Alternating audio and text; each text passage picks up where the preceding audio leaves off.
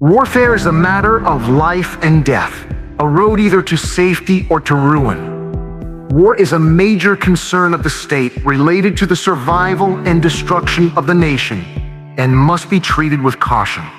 Therefore, the skilled warrior stands in a position where he cannot lose and seizes every opportunity offered by the enemy's mistakes.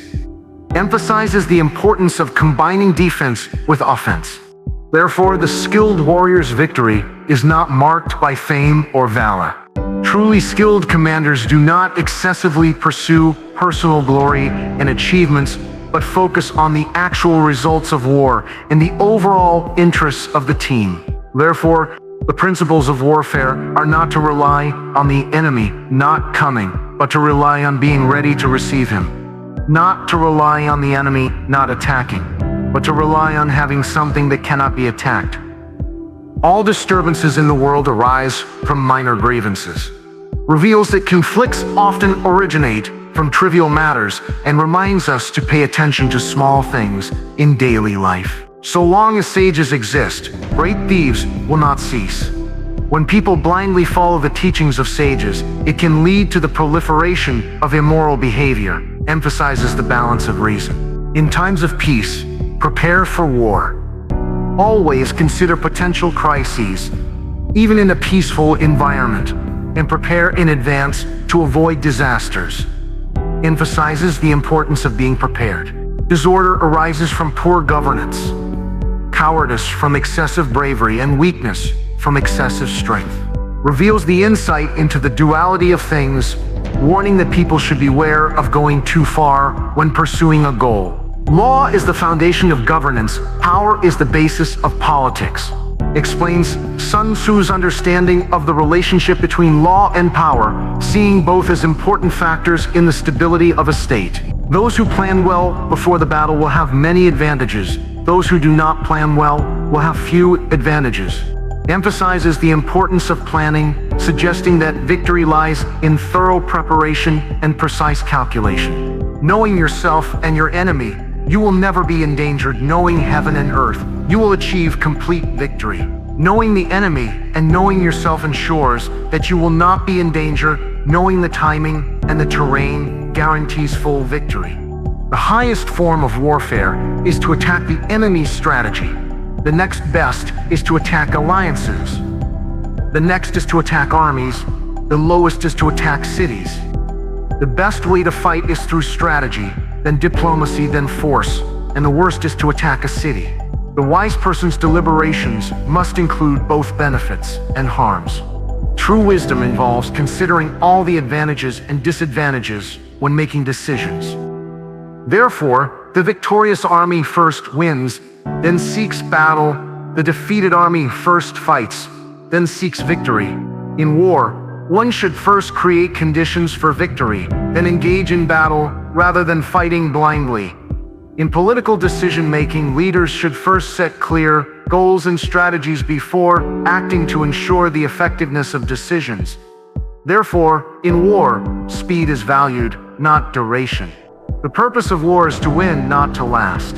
To subdue the enemy without fighting is the acme of skill. Not through combat, but by making the enemy submit is the highest form of warfare. Warfare involves deception. Therefore, when able to attack, we must seem unable. When using our forces, we must appear inactive. When near, we must make the enemy believe we are far away.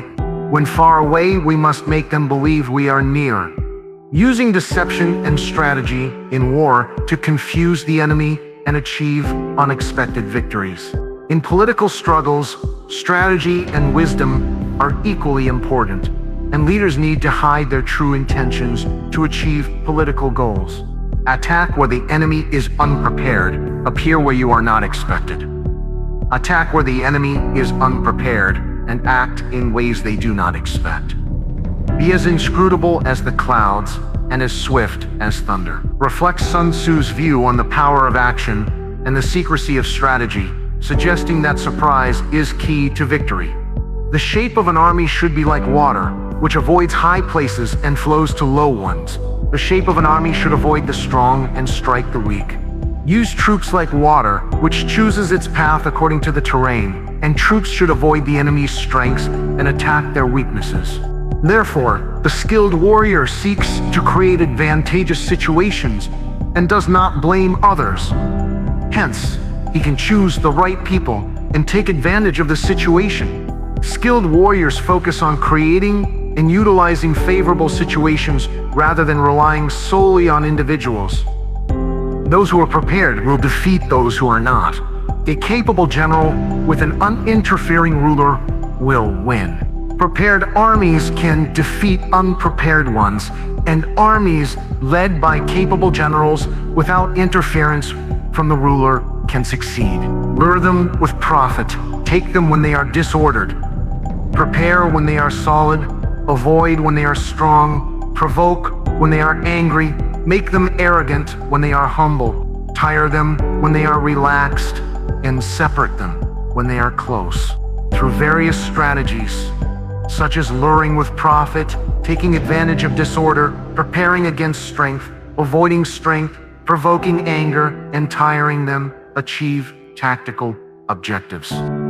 Therefore, a good general is like a snake in Shan. If you hit its head, its tail will come. If you hit its tail, its head will come. If you hit its middle, both its head and its tail will come. A good general is like a snake in Shan, able to adapt to changes quickly and flexibly. In war, it is better to adopt simple, direct and quick strategies rather than complex and clever, but time-consuming methods.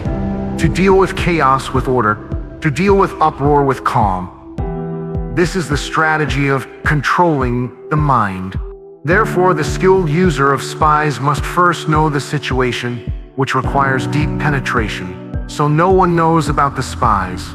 Skilled users of spies must first understand the enemy, and this understanding must penetrate deeply within the enemy, making the role of spies irreplaceable.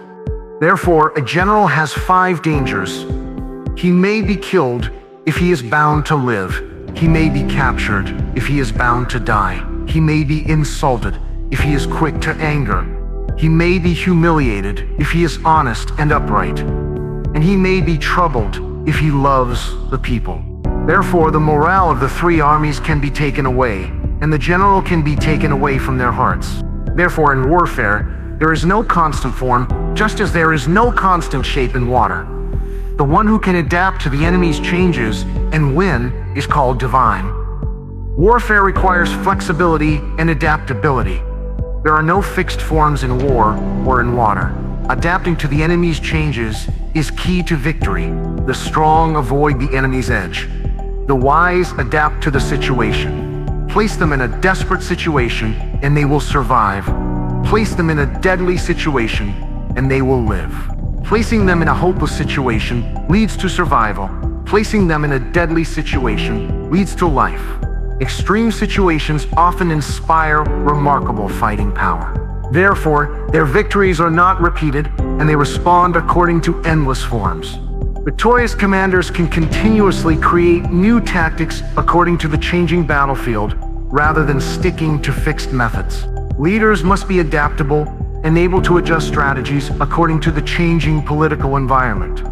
There are 5 types of spies: local spies, internal spies, double agents, doomed spies, and surviving spies. SunTzu proposed 5 types of spies, emphasizing the importance of intelligence in war. In politics, information and intelligence are also crucial for decision-making, and leaders need to establish effective systems for collecting and analyzing information. Therefore, the skilled tactician baits the enemy, and the enemy being thus baited will infallibly rush to the attack. Skilled tacticians deceive the enemy by creating false impressions and luring them with bait, emphasizing the importance of misleading to control the enemy's actions. Generals in the field may disregard their sovereign's orders. Generals operating in the field sometimes need to make decisions based on the actual situation without strictly following orders from above. Attack where the enemy is unprepared. Appear where you are not expected. Attack where the enemy is unprepared, and appear where they do not expect you, to achieve maximum effect. Avoid the enemy's strength and attack their weakness. Avoid the enemy's edge and attack their slackness, emphasizing strategic thinking that focuses on exploiting the enemy's weaknesses. In battle, one may advance thus and be amenable to retreat. In war, use conventional methods to confront the enemy and use unconventional tactics to achieve victory. The word momentum means to control power based on interests. It means to formulate strategies and seize the initiative based on actual interests. Therefore, the one who knows military affairs moves without confusion and acts without exhaustion. Those who understand the art of war move without confusion and act without limit. Good defense hides like the earth, good attack moves like the heavens. Good defenders conceal themselves as if hidden underground. Good attackers move swiftly as if descending from the sky. If you want soldiers to fight bravely, you must inspire their hatred for the enemy. If you want to seize the enemy's military supplies, you must first reward the soldiers with material rewards. Those who are good at fighting take advantage of the situation and guide it in a favorable direction. Those who are not good at fighting are trapped by the situation and bring disaster upon themselves. Do not seek completeness in oneself, but seek division among others. Do not strive for perfection individually, but work on division and cooperation to harness collective strength. This reflects Sun Tzu's understanding of the importance of teamwork and division of labor. Being brave but lacking wisdom will inevitably lead to self-destruction. This illustrates the philosophical view that bravery and wisdom should be given equal importance and emphasizes the importance of reason. If the generals are talented and the monarch does not interfere, the war will be won. This reflects Sun Tzu's philosophical thinking on leadership and trust, believing that giving subordinates full trust and autonomy is the key to success. Victory can be foreseen, but not forced.